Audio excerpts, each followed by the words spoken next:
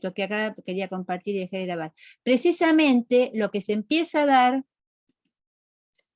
es, si uno mira acá, ¿no? Este concepto que para mí es tan importante, están viendo, ¿no? La pantalla, Sí, profe. que es un concepto Sí, que se ve. nosotros, sí, un concepto que nosotros no habíamos analizado hasta este momento. Un concepto central de la pubertad es el concepto de rendimiento motor. ¿Y cuándo podemos empezar a hablar de rendimiento motor? Precisamente cuando empieza a haber secreción de hormonas sexuales. ¿Por qué? Porque justamente el rendimiento motor, las hormonas sexuales son las que van a incidir sobre las capacidades condicionales. ¿Mm? Entonces, la presencia de testosterona lo que va a hacer es incidir sobre el aumento del tejido muscular, mientras que el aumento de los estrógenos va a incidir sobre el tejido adiposo. Y entonces esto, ¿en qué se va a manifestar? Se va a manifestar en algo que empieza a ser evidente a partir de este momento, que es la diferencia de rendimiento motor entre mujeres y varones. ¿Mm?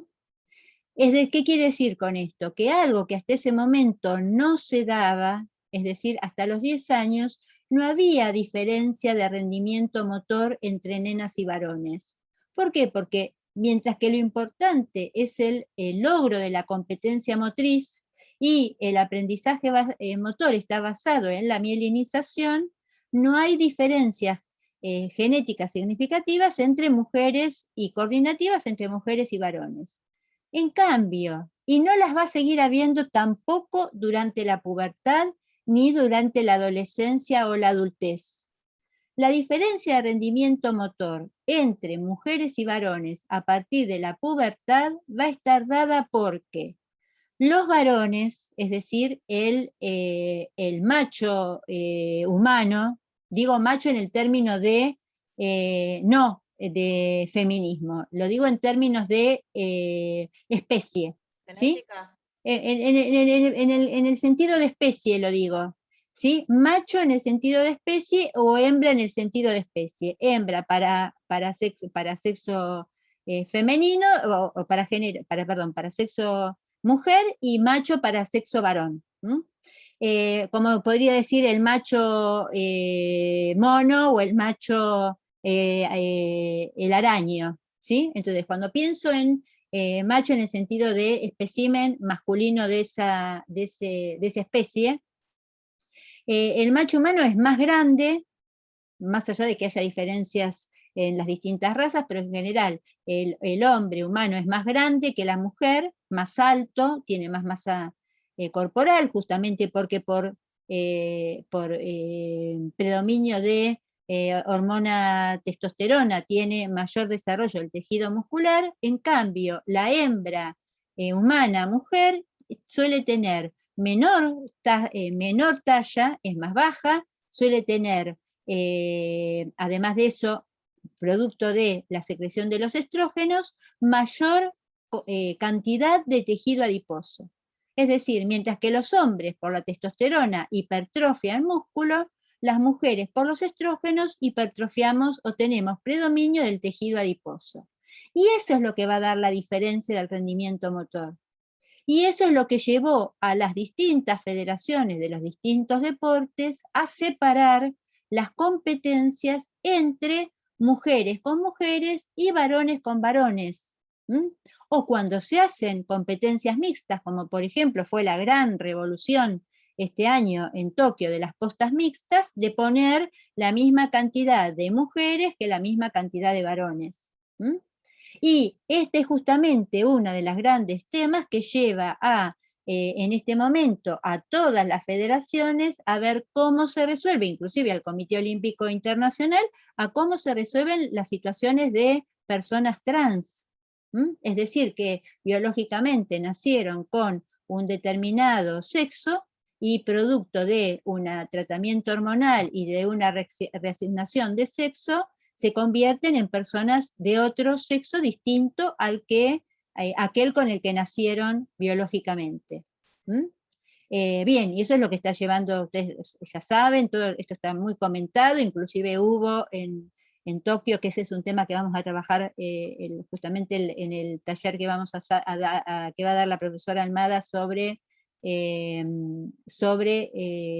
la mirada desde la perspectiva de género de los últimos Juegos Olímpicos, y cómo esto es algo que, fíjense ustedes, que nosotros no habíamos hablado de la perspectiva de género hasta llegada a la pubertad, y que sí es una mirada que tenemos que empezar a dar, porque es justamente a partir de la maduración sexual donde empiezan a manifestarse las diferencias biológicas, y cómo sobre esas diferencias biológicas se pueden ir construyendo distintas representaciones y,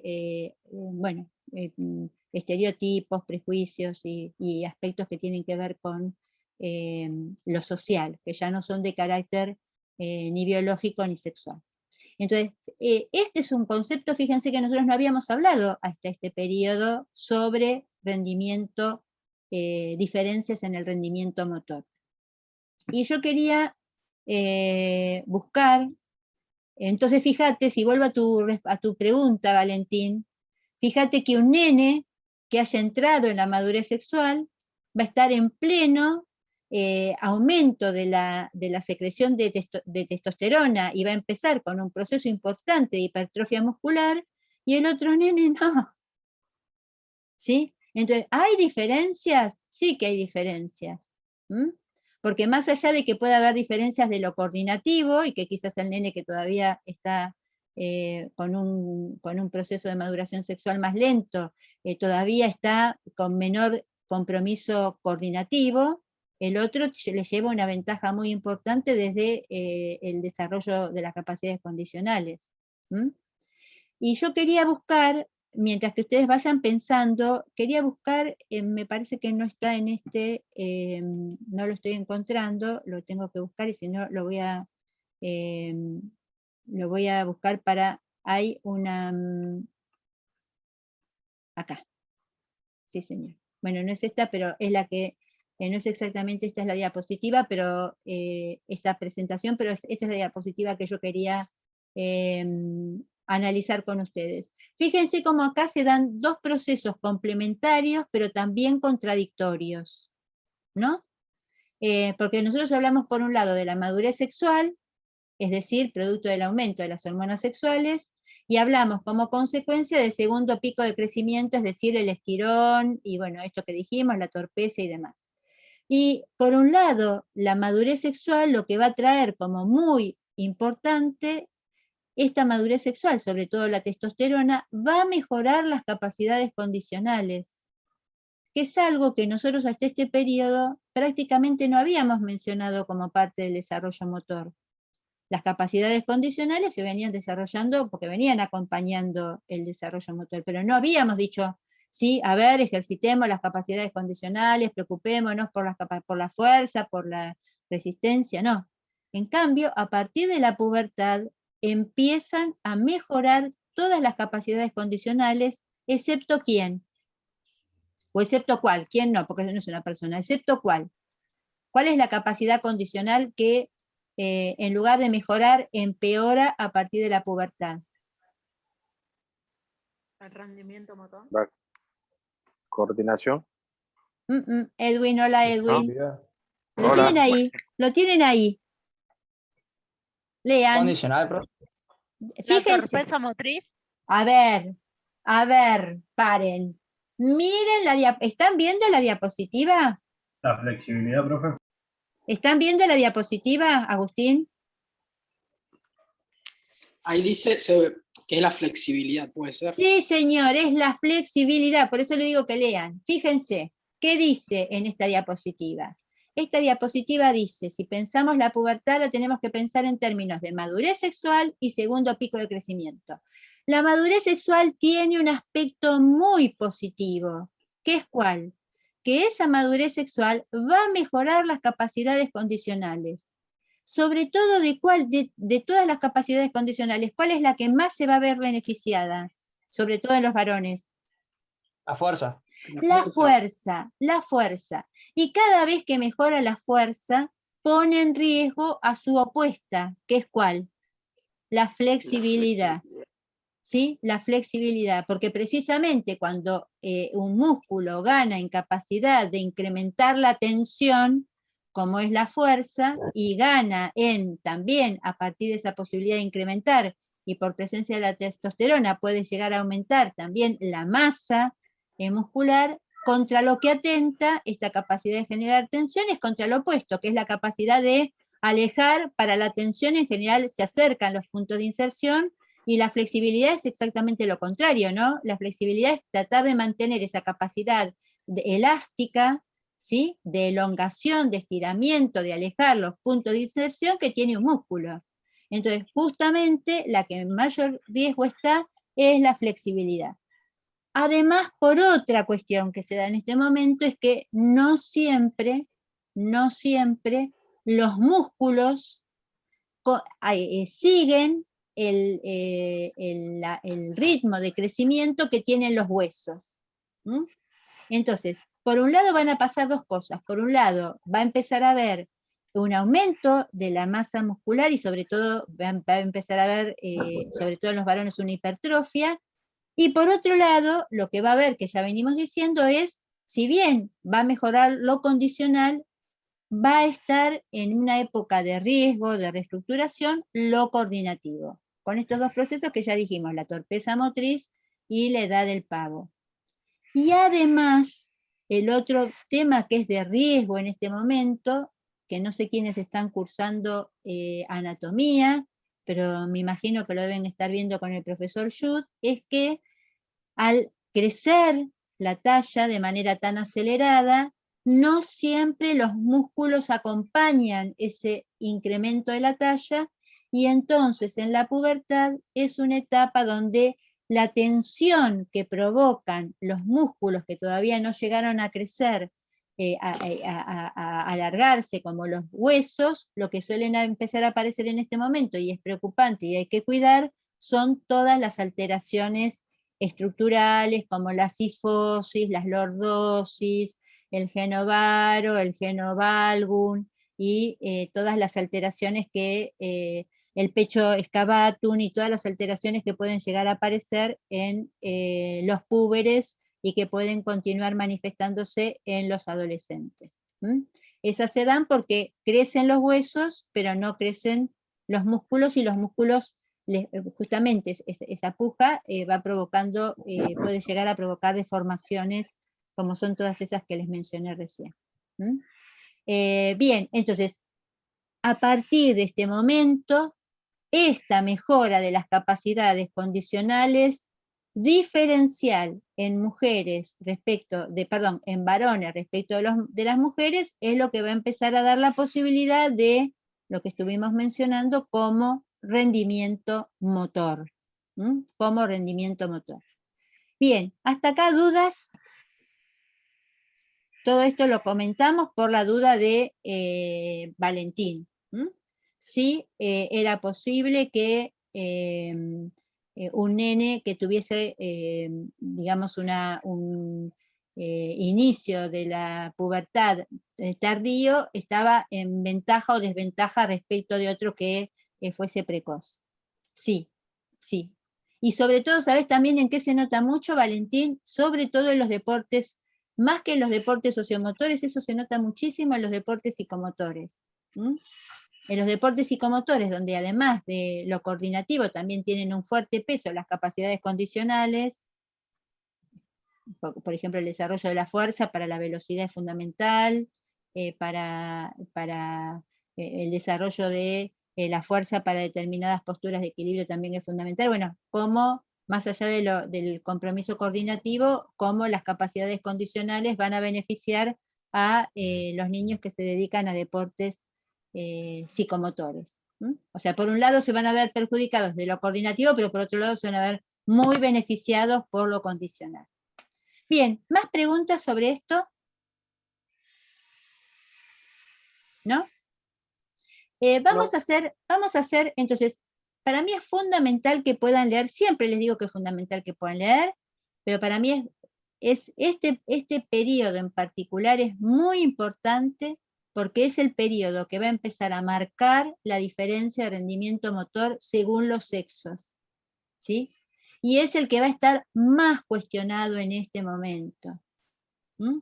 Fíjense que uno de los grandes cuestionamientos que tienen a partir de esta nueva mirada que tenemos respecto de las identidades sexuales y de los géneros y de la perspectiva de género, uno de los aspectos que más está cuestionado en este momento en el deporte es qué pasa con el rendimiento motor de aquellas personas que cambian de sexo, es decir, tienen personas trans que se reasignan, logran la reasignación de otro sexo distinto al sexo, o sea que logran una reasignación de sexo a partir de la autopercepción y no del origen biológico con el que nacieron, no cómo eso incide y pone en tela de juicio esta mirada que teníamos respecto de el rendimiento motor medido en términos de sexo biológico.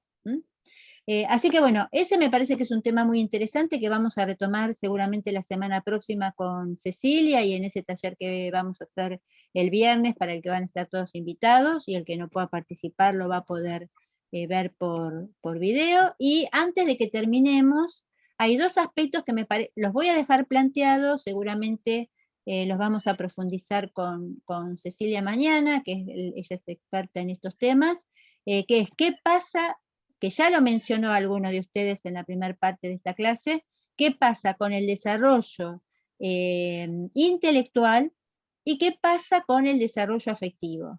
Vamos a dejarlo aunque sea... profe, me parece, ¿no? ¿Cómo? Y se le cortó un poco. ¿Sí? ¿Se cortó lo que estaba diciendo? Sí. Lo vuelvo a igual no la decir. escuché bien, profe. ¿Sí? Ah, bueno, capaz que es un problema mío. Bueno, pero igual lo vuelvo a decir, Jonathan. Vamos a analizar, Dale, antes de gracias. despedirnos hoy, vamos a analizar qué pasa con el desarrollo intelectual. ¿Sigue en el mismo periodo el niño en el desarrollo intelectual respecto de la niñez o cambia? No, cambia. Está en transmisión. Cambia. ¿Qué pasa? ¿Dónde cambia? En el pensamiento formal. Cambia al pensamiento formal. ¿Y eso qué quiere decir?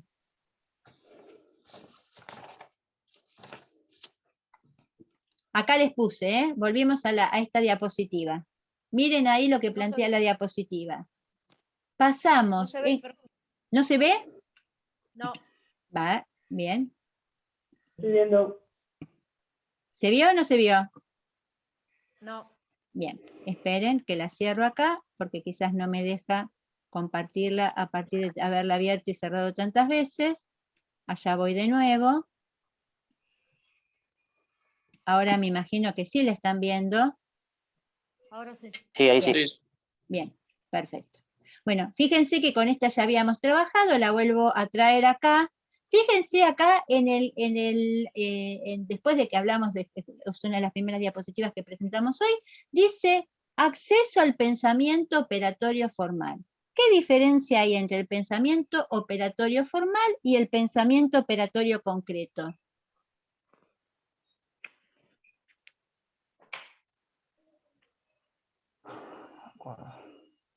¿Qué diferencia hay?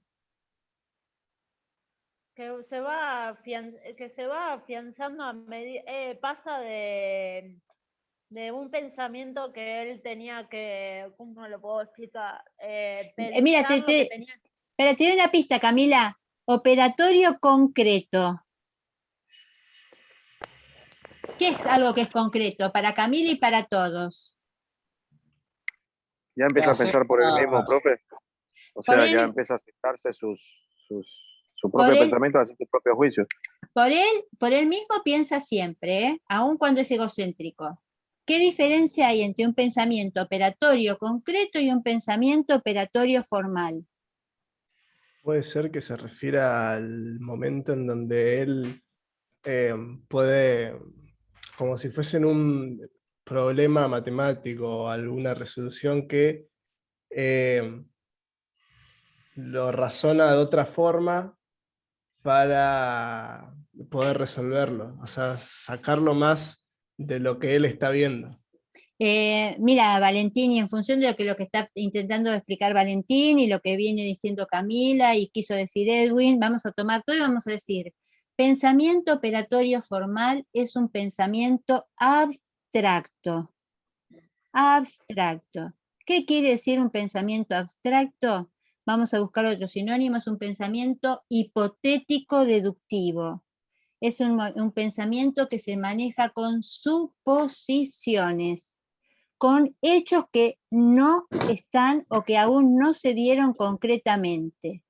Es decir, el pensamiento operatorio formal es un pensamiento que logró una nueva herramienta que son las ideas. Es decir, es un pensamiento que puede pensar con ideas. Miren, vamos a hacer un recorrido rápido de la evolución del desarrollo de la inteligencia. El bebé nace con reflejos. Los empieza a ejercitar y esos reflejos se convierten en esquemas, es decir, son acciones motrices. Entonces, el pensamiento operatorio, el pensamiento, la inteligencia sensorio-motriz, que es la primera, es una inteligencia que se basa en acciones motrices. Por eso se llama inteligencia sensorio-motriz, y es una inteligencia práctica. El nene que para alcanzar el celular le pega con la cuchara al celular o tracciona el mantel. Es un pensamiento que resuelve problemas con acciones. A partir de los 2 años, ese pensamiento se convierte en preoperatorio. Y en lugar de manejarse con esquemas motrices, la persona empieza, o el niño empieza a manejarse con símbolos, ¿sí? Es decir, empieza a haber una internalización de la acción y reemplaza las acciones concretas por símbolos. Entonces, en lugar de decirle a la mamá, dice, quiero agua. Usa el lenguaje, el dibujo, el juego y las imágenes mentales. Es decir, de la acción empieza a haber una internalización de esa acción en una imagen mental.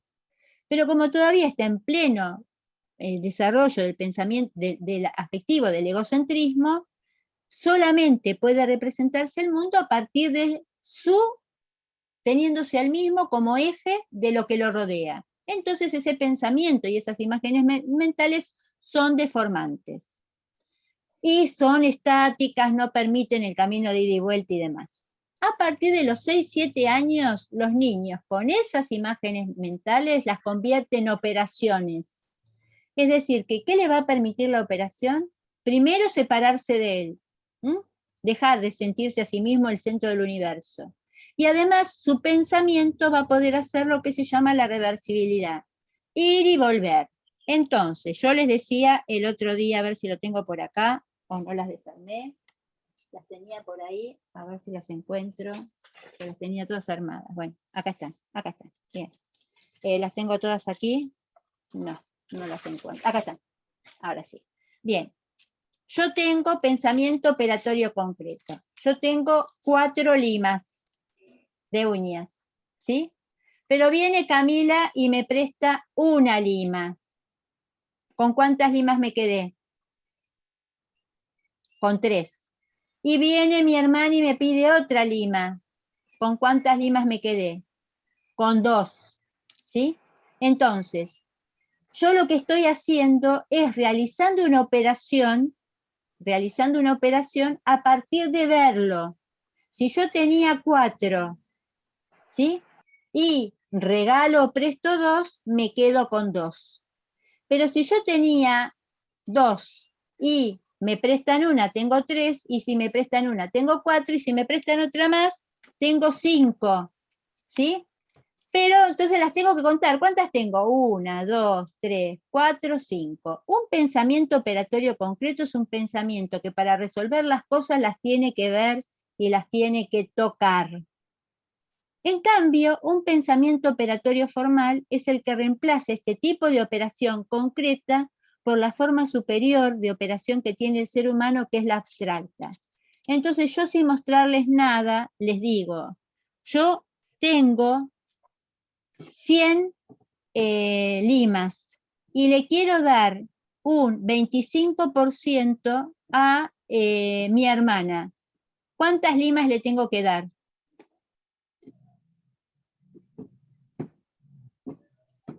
Respuesta. 25. 25, 25, profe. Bien. Yo tengo 100 limas, a ver, vamos a buscar otro número. Tengo, un poquito más complicado, tengo 600 limas, ¿sí? Y le quiero, y necesito, para poder darle una lima a todas las estudiantes de desarrollo motor de la universidad, necesito un 30% más. ¿Cuántas limas necesito? Ah, los agarré, ¿eh? ¿Cuántas limas necesito? 30% más de 600.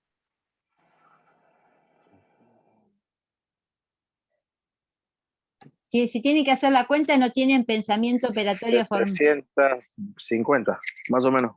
A que 750 voy a tener, ¿sí? Claro. Es decir, le voy a tener que... 150 más.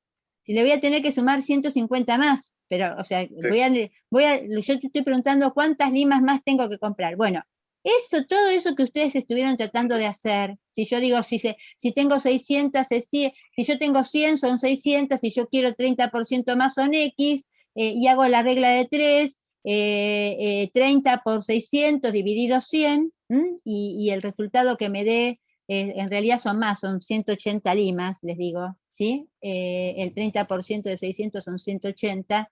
Entonces, toda esa cuenta que yo estoy haciendo, la estoy haciendo mentalmente, no estoy usando lápiz y papel, estoy usando mi capacidad de resolver de manera abstracta, sin usar ningún otro elemento que no sea mi capacidad de resolver con símbolos y signos y sin escribir nada en ningún lado.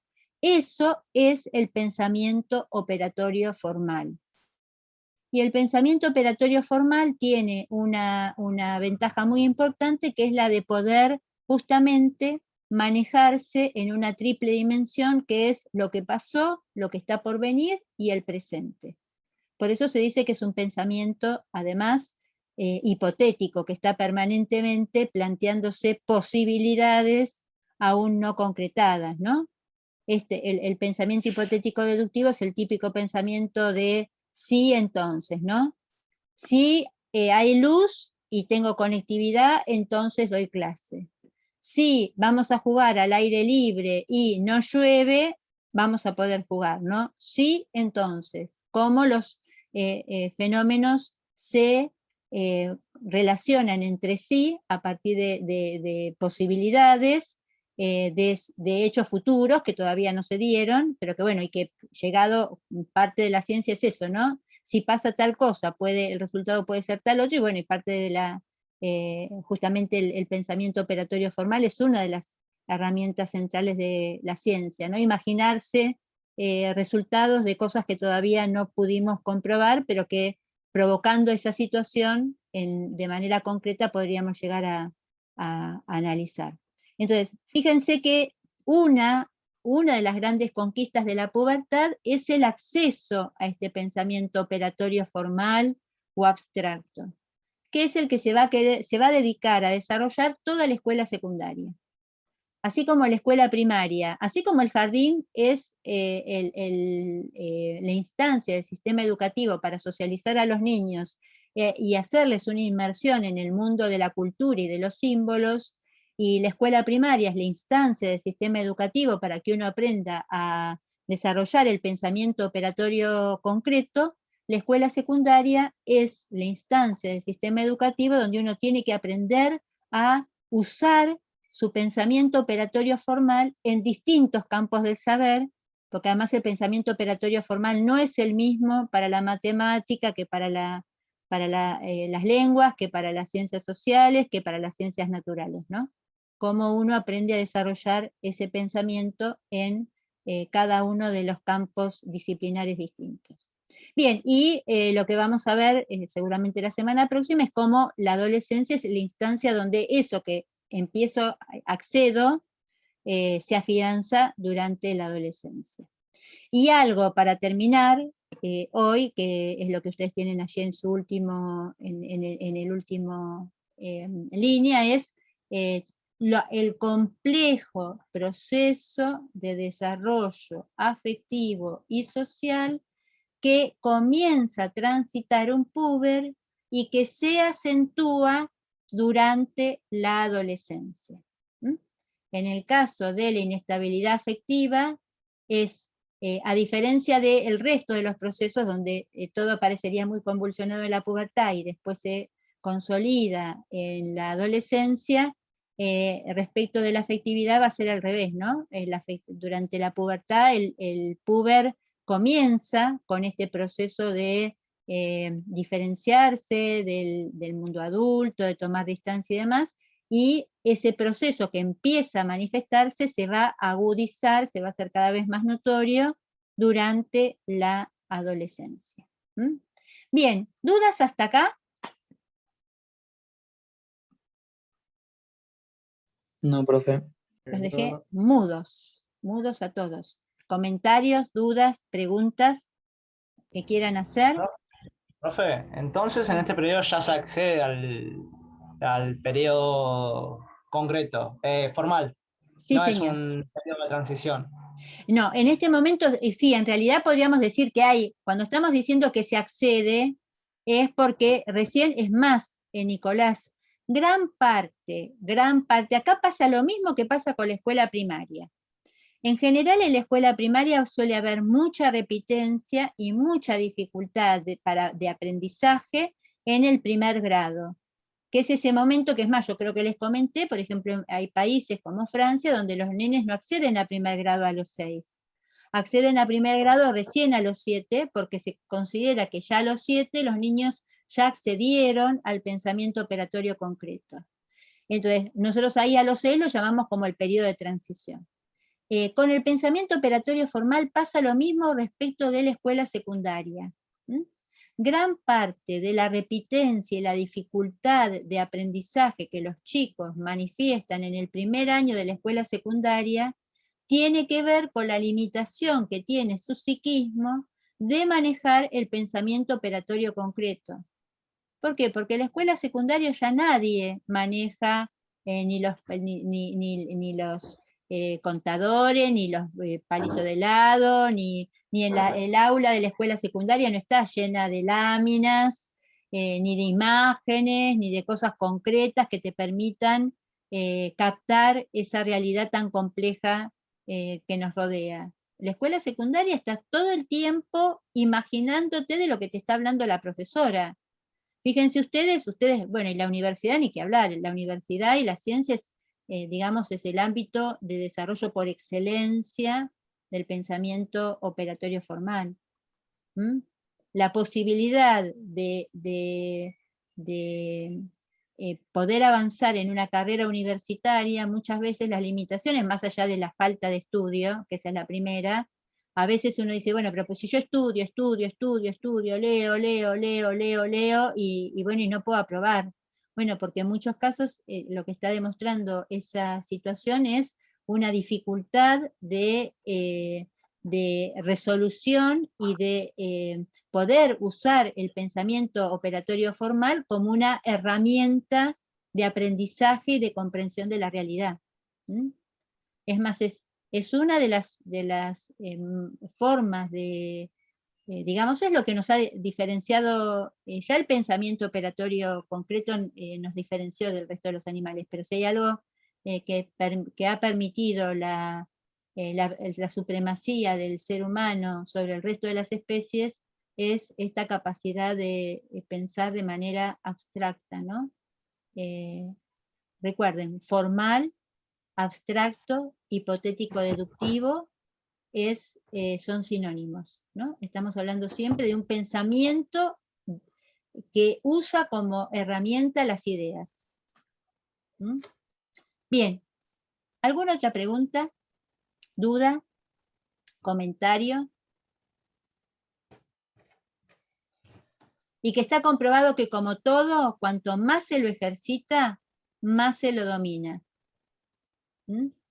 Y que bueno, y después por supuesto hay distintas, esto que les dije antes, ¿no? Que hay un investigador que se llama Gardner, que dice que hay distintos tipos de inteligencias y distintos tipos de desarrollo del pensamiento operatorio formal o de la comprensión genuina, y que bueno, esas hay que desarrollarlas Por eso ustedes estudian actividad física y deporte y no estudian, los que van a estudiar medicina tienen que desarrollar el pensamiento operatorio formal en otro ámbito, los que estudian leyes en otro ámbito, los que estudian matemática o ciencias exactas en otro ámbito, o sea que como también esa capacidad de manejar ideas es distinta en cada ámbito disciplinar o en cada ciencia.